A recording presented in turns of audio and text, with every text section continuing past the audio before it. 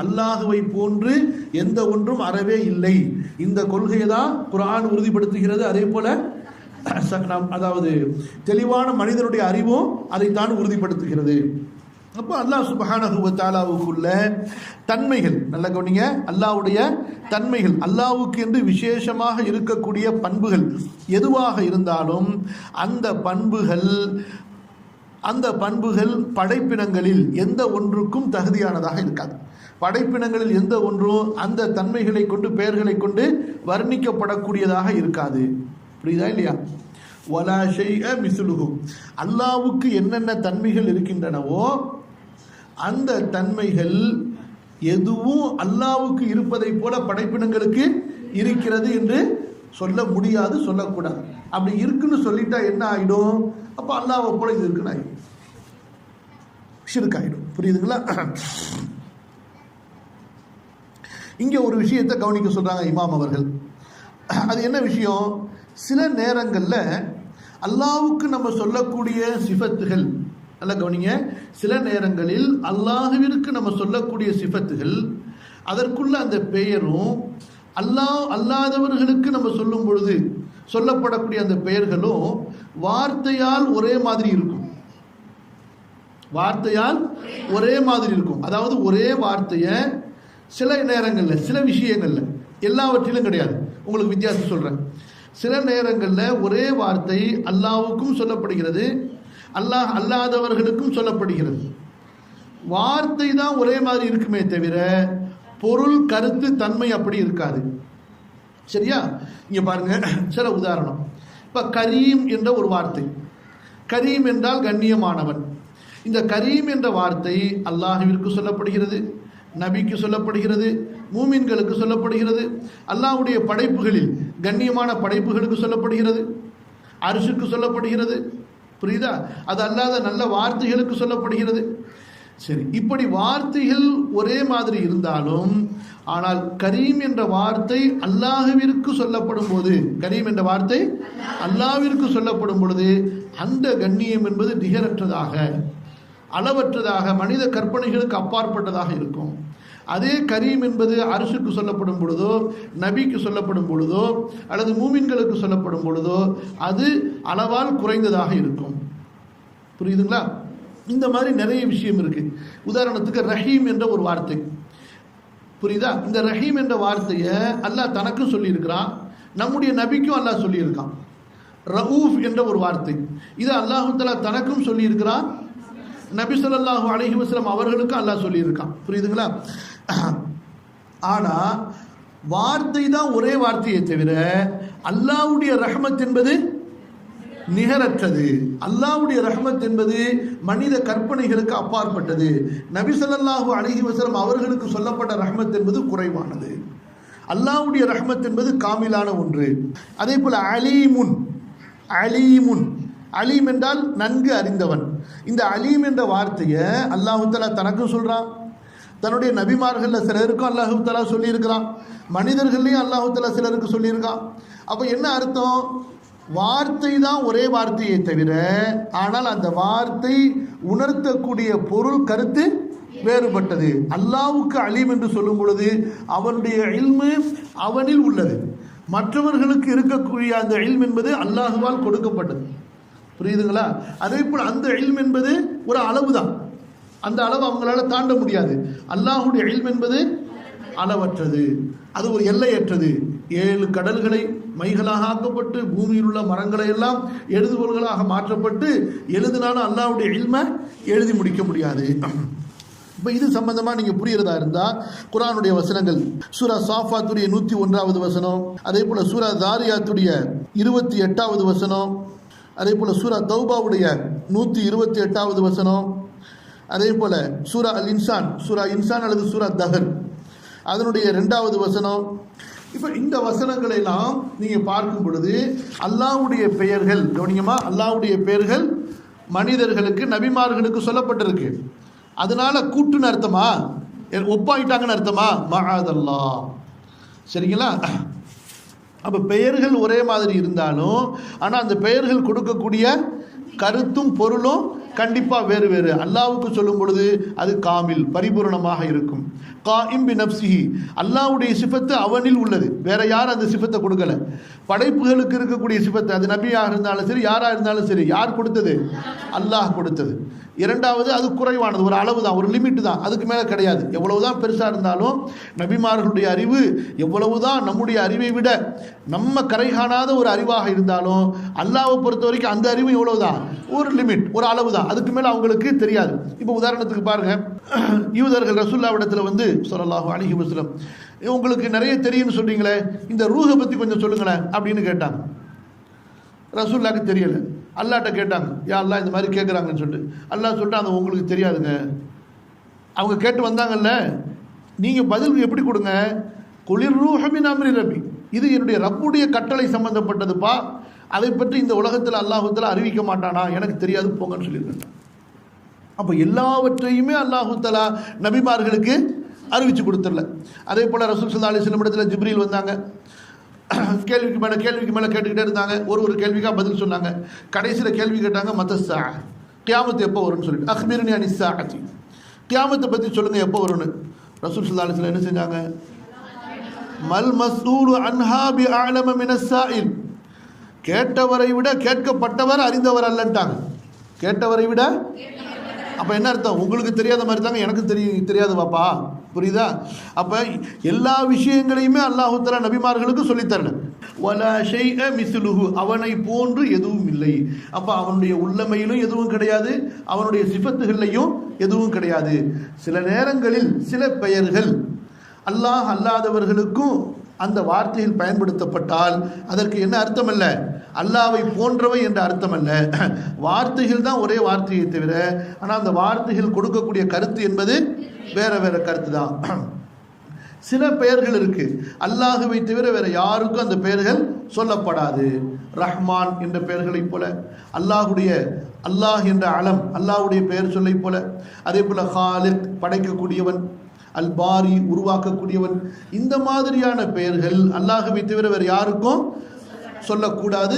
சொல்லப்படுவதற்கு வேற எந்த படைப்புக்குமே அந்த தகுதி கிடையாது. சரி, இங்கே இன்னொரு விஷயத்தை புரிஞ்சு கொள்ளுங்க, அதோட இந்த பாடத்தை நம்ம நிறுத்துவோம். என்ன விஷயம்? இங்கே பாருங்க, ஒன்று அல்லாஹுடைய தாத், இந்த தாத்துங்கிற வார்த்தையை நம்ம ரொம்ப கண்ணியமாக பயன்படுத்துகிறோம். அல்லாஹுடைய உள்ளமை, அதாவது அல்லாஹ் என்று ஒருவன் இருக்கிறான். இல்லாத ஒருவனை போய் நம்ம அல்லாஹ்னு சொல்லல, கற்பனை அல்ல. அல்லாஹ் என்று ஒருவன் இருக்கிறான், உள்ளவன், புரியுதுங்களா? அதான் தாத், உள்ளமை, இருக்கக்கூடிய அந்த தன்மை, புரியுதுங்களா? அல்லாஹ் என்று ஒருவன் இருக்கிறான், உள்ளமை, மௌஜூத். இரண்டாவது, அந்த அல்லாஹ்க்குரிய பெயர்கள். ஒன்று அவனுடைய பெயர் சொல், ஒன்று என்ன? அதுதான் என்ன? அல்லாஹ், புரியுதுங்களா? இது அவன் தனக்கு வைத்துக்கொண்ட பெயர், அலம் என்று சொல்லுவாங்க அரபில.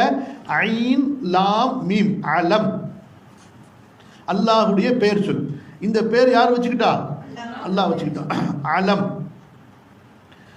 இரண்டாவது, அல்லாஹுடைய பண்புகளை குறிக்கின்ற பெயர்கள், அல்லாஹுடைய பண்புகளை குறிக்கின்ற பெயர்கள். உதாரணமாக ரஹ்மான், ரஹீம், மலிகுன், கதீருன், அசீதுன், கரீமுன், சமீஉன், பசீருன், வாசிஉன், இந்த மாதிரியாக அல்லாஹுடைய பண்புகளை குறிக்கின்ற பெயர்கள், புரியுதுங்களா? இப்போ இந்த பெயர்களும் அல்லாஹு தாலா எந்த பெயர்களை, நல்லா கவனிங்க, எந்த பெயர்களை அல்லாஹ் தனக்கு சொல்லி இருக்கிறானோ, எந்த பெயர்களை அல்லாஹ்வுடைய தூதர்கள் அல்லாஹ்வுக்கு சொல்லி இருக்கிறாங்களோ அந்த பெயர்களைத்தான் நம்ம அல்லாஹ்வுக்கு சொல்லணும். நம்மளா ஒரு பெயர் அல்லாஹ்வுக்கு வைக்கக்கூடாது. இப்போ பாருங்க, அல்லாஹ் சொல்றான், வஸ்ஸமாஇ வமா பனாஹா, வானத்தின் மீதும் சத்தியமாக, வானத்தை கட்டியவன் மீது சத்தியமாக. பனா எப்னிங்கிற வார்த்தை இருக்கு. இப்போ இங்கே அல்லாஹ் தஆலா அவனுடைய செயலை சொல்றான். எப்படி சொல்றான்? அவனுடைய செயலை அல்லாஹ் சொல்றான். அப்போ பனா எப்னி, பினாஅன், பானி, அதனுடைய பேர் அதிலிருந்து பானி, கட்டிடம் கட்டுபவன் அர்த்தம். பானினா கட்டக்கூடியவன் அர்த்தம். இப்போ அல்லாஹ் தஆலா வானத்தை கட்டியவன் மீது சத்தியமாக சொல்லி தன்னுடைய செயலை அல்லாஹ் சொல்லியிருக்கிறான். இப்போ யாராவது அல்லாஹ்ட்ட துவா கேட்கும்போது, ஓ கட்டடம் கட்டக்கூடியவனே அப்படின்னு சொல்லி துவா கேட்கலாமா? சொல்லக்கூடாது. ஏன்? இந்த பானிங்கிற பேரை அல்லாஹ் தனக்கு சொல்லலை, அந்த செயலை அல்லாஹ் சொல்லியிருக்கான். வித்தியாசம் புரியுதா? இப்போ ஹலக்க படைத்தான், யஹ்லுகு படைப்பான் செயலையும் அல்லாஹ் சொல்லியிருக்கிறான். ஹாலிக் அந்த செயலிலிருந்து வரக்கூடிய பெயரையும் அல்லாஹ் தனக்கு சொல்லியிருக்கான். வித்தியாசம் புரியுதா? ஹலக்க படைத்தான் அதுவும் குர்ஆன்ல பயன்படுத்தப்பட்டிருக்கு. யஹ்லுகு படைப்பான் அதுவும் குர்ஆன்ல பயன்படுத்தப்பட்டிருக்கு. ஹாலிக் படைக்கக்கூடியவன் பெயர் சொல்லும் பயன்படுத்தப்பட்டிருக்கு. அப்போ இதை அல்லாஹ்வுக்கு நம்ம பயன்படுத்தலாம். புரியுதா? எங்க அல்லாஹு தஆலா செயல்களை மட்டும் அல்லாஹ் சொல்லி இருக்கிறானோ, செயல்களை மட்டும் அல்லாஹ் சொல்லி இருக்கிறானோ, அதிலிருந்து பெயரை எடுத்து நம்ம அல்லாஹ்வுக்கு வைக்கக்கூடாது. புரிஞ்சுச்சுங்களா? அப்ப என்ன அர்த்தம் சுருக்கமா, எந்தெந்த இஸ்முகள், இஸ்ம் என்றால் பெயர், என்னென்ன பெயர்களை அல்லாஹு தஆலா தனக்கு சொல்லி இருக்கிறானோ அந்த பெயர்களைத்தான் நம்ம அல்லாஹ்வுக்கு சொல்லுவோம். அப்போ ஒன்று இருக்கிறது இஸ்முன், ஹம்சா அலிஃப் சீன் மீம், இஸ்முன். இந்த இஸ்மு நிறைய இருக்கு அல்லாஹ்வுக்கு. வலில்லாஹில் அஸ்மாவுல் ஹுஸ்னா, அல்லாஹ்வுக்கு நிறைய அழகான பெயர்கள் இருக்கு. ஹாலிகுன், அஸீஸுன், கரீமுன், ரஹ்மானுன், ஐயம்மா ததுஉ, நீ எந்த பெயரை வச்சு வேணாலும் அல்லாஹ்வை கூப்பிடலாம். யா அலீம், யா ராஸிக், யா ரஸாக், யா அஸீஸ், யா கஃபார், யா காஃபிர், யா தவ்வாப், யா மலிக், யா மலீக், யா முக்ததிர், யா காதிர், யா கதீர், எப்படி வேணாலும் அல்லாஹ்வை நீங்க கூப்பிடலாம். எந்த பெயர்களை சொல்லி வேண்டுமானாலும் கூப்பிடலாம். புரியுதுங்களா? இஸ்மு. அலம் அல்லாஹ்வுக்கு எத்தனை தான் இருக்கு? என்ன? அல்லாஹ். அந்த அலம் என்பது அல்லாஹ்வுக்கு ஒன்றுதான். ஆனா இஸ்முகள் அல்லாஹ்வுக்கு நிறைய இருக்கு. பல இஸ்முகள் அல்லாஹ்வுக்கு இருக்கு. நல்ல கவனிங்க. அப்ப அந்த ஒவ்வொரு இஸ்மும் அல்லாஹ்வுக்குள்ள, அந்த ஒவ்வொரு இஸ்மும் அவனுடைய ஒரு தன்மையை குறிக்கக்கூடியதாக இருக்கும். அவனுடைய உதாரணமாக ரஹ்மான், இந்த ரஹ்மான் என்ற இந்த பெயர் இஸ்மு அல்லாஹுடைய ஒரு பெயராக இருக்கிறது. அல்லாஹுவிடத்தில் இருக்கக்கூடிய ரஹ்மத் என்ற சிஃபத்தையும் குறிக்கக்கூடியதாக இருக்கிறது. அப்ப அல்லாஹுவிற்கு ரஹ்மான் என்ற பெயரும் இருக்கிறது. அந்த பெயருடைய தன்மையாகிய ரஹ்மத் என்ற தன்மையும் அல்லாஹ்வுக்கு இருக்கிறது. தன்மை இல்லாம பெயரை மட்டும் அல்லாஹ் வச்சுக்கல. புரியுதா? அப்ப அதே போல ஹாலிக் படைக்கக்கூடியவன், படைத்தல் என்ற தன்மையும் அல்லாஹ்விடத்தில் இருக்கு. ஹாலிக் என்ற பெயரும் அல்லாஹ்வுக்கு இருக்கு. காதிர் ஆற்றல் உடையவன், முக்ததிர், கதீர், அப்ப கதீர், காதிர், முக்ததிர் என்ற பெயரும் அல்லாஹ்வுக்கு இருக்கு. குத்ரத் ஆற்றல் என்ற அந்த சிஃபத்தும் அல்லாஹ்வுக்கு இருக்கு. சமீ' நன்கு கேட்கக்கூடியவன், சமீ' என்ற பெயரும் அல்லாஹ்வுக்கு இருக்கு. சம' கேட்டல், செவியுறுதல் என்ற தன்மையும் அல்லாஹ்வுக்கு இருக்கு. அலீமுன் நன்கு அறிந்தவன் என்ற பெயரும் அல்லாஹ்வுக்கு இருக்கு. இல்ம் அறிதல் என்ற தன்மையும் அல்லாஹ்வுக்கு இருக்கு. அசீஸ் கண்ணியமிக்கவன் பெயரும் அல்லாஹ்வுக்கு இருக்கு. இஸ்ஸத் என்ற சிஃபத் கண்ணியமும் அல்லாஹ்வுக்கு இருக்கு. இப்படியாக எந்தெந்த பெயர்களை அல்லாஹ் தனக்கு சொன்னானோ, அல்லாஹ்வுடைய தூதர் ஸல்லல்லாஹு அலைஹி வஸல்லம் அவர்கள் அல்லாஹ்வுக்கு சொன்னார்களோ, அந்த எல்லா பெயர்களும் அல்லாஹ்வுக்கு இருக்கின்றன. அந்த பெயர்கள் உணர்த்தக்கூடிய, குறிக்கக்கூடிய, அறிவிக்கக்கூடிய தன்மைகளும் அல்லாஹ்வுக்கு இருக்கின்றன. புரியுதுங்களா? சில கூட்டம் பெயர்களை நாங்கள் ஏற்றுக்கொள்கிறோம், தன்மைகளை நாங்கள் ஏற்றுக்கொள்ள மாட்டோம் என்று சொல்கிறார்கள். அவர்கள் முட்டாள்கள். அப்போ இதுவரைக்கும் நான் ஏன் இது இவ்வளவு தூரம் உங்களுக்கு இந்த கடைசி இந்த ஒரு 10 நிமிஷத்தை ஏன் இவ்வளவு அழுத்தமாக சொன்னேன்னு சொன்னால், முஸ்லீம்களில் ஒரு வழிகட்ட கூட்டம் இருக்குது. அந்த வழிகட்ட கூட்டம் என்ன சொல்லுது? அல்லாஹ்வுக்கு பெயர் இருக்கு, ஆனால் சிஃபத்து கிடையாது அப்படின்னு ஒரு கூட்டம். புரியுதுங்களா? இன்னொரு வழிகட்ட கூட்டம் இருக்கு. அந்த வழிகட்ட கூட்டம் என்ன சொல்லுது? அல்லாஹு தஆலா அவனுக்கு சொன்ன எல்லா பெயர்களும் அவனுக்கு கிடையாது, அதெல்லாம் சும்மா சொல்லிட்டான், அதை அப்படி விளங்கிக்க கூடாது. மொத்தமாக ஒரு 8 பேரை மட்டும்தான் நம்ம விளங்கிக்கணும். அந்த 8 பேரையும் 8 பெயர்களையும் அந்த 8 பெயர்கள் சொல்லக்கூடிய அர்த்தங்களை மட்டும்தான் நம்ம அல்லாஹ்வுக்கு ஏற்றுக்கணும், மற்றதெல்லாம் சும்மா, அதெல்லாம் அல்லாஹ்வுக்கு சொல்லிடக்கூடாது அப்படின்னு சொல்கிறாங்க. புரியுதுங்களா? அப்போ இந்த ரெண்டுமே வழிகேடு. இந்த 2 வழிகேடு. அல்லாஹ்வுக்கு பெயர்கள் இருக்கு, பண்புகள் இல்லை என்று சொல்வது வழிகேடு. பெயர்கள் இருக்கு, ஆனால் அல்லாஹ்வும் ரசூலும் சொன்ன அளவுக்கு கிடையாது. லிமிட்டடாக ஒரு 8 7 தான். ஒரு கூட்டம் 7 இருக்குது, ஒரு கூட்டம் 8 இருக்குது. அதை மட்டும்தான் நம்ம சொல்லணும். அதுக்கு மேலே அல்லாஹ்வுடைய பெயர்கள் எல்லாம் அல்லாஹ்வுடைய பெயர்கள் நம்ம சொல்லக்கூடாது அப்படின்னு ரொம்ப வியாக்கியானம் பேசுகிறாங்க. இது ரெண்டுமே தப்பு. அல்லாஹ் பாதுகாக்கணும். அப்போ அஹ்லுஸ் சுன்னா வல் ஜமாஅவுடைய கொள்கையாகிய நம்முடைய கொள்கை என்ன? வலா ஷைஅ மிஸ்லுஹு, அவனை போன்று எதுவும் இல்லை. எதில்? அவனுடைய உள்ளமையிலும் கிடையாது, அவனுடைய சிஃபத்துகளிலும் கிடையாது, அவனுடைய இஸ்முகளிலும் கிடையாது என்று சொல்லும்போது தான் இங்கே நம்ம 2 விஷயத்தை புரிகிறோம். ஒன்று, அல்லாஹ்வுடைய சிஃபத்துகள் என்று சொல்லும் பொழுது அது அல்லாஹ்வுக்கு மட்டும் தகுதியானவை, படைப்புகளுக்கு தகுதியற்றவை. அல்லாஹ்வுடைய பெயர்கள் என்று சொல்லும் பொழுது அந்த பெயர்களும் அல்லாஹ்வுக்கு மட்டும் தகுதியானவை, படைப்புகளுக்கு தகுதி இல்லாதவை. அந்த பெயர்களுடைய வார்த்தைகள் சில நேரங்களில் படைப்புகளுக்கு சொல்லப்படும், ஆனால் பொருளும் கருத்தும் மாறுபட்டதாக இருக்கும். புரியுதுங்களா? சுப்ஹானக்கல்லாஹு வ பிஹம்திக அஷ்ஹது அல்லா இலாஹா இல்லா அன்த அஸ்தக்ஃபிருக்க வ அத்தூபு இலைக்.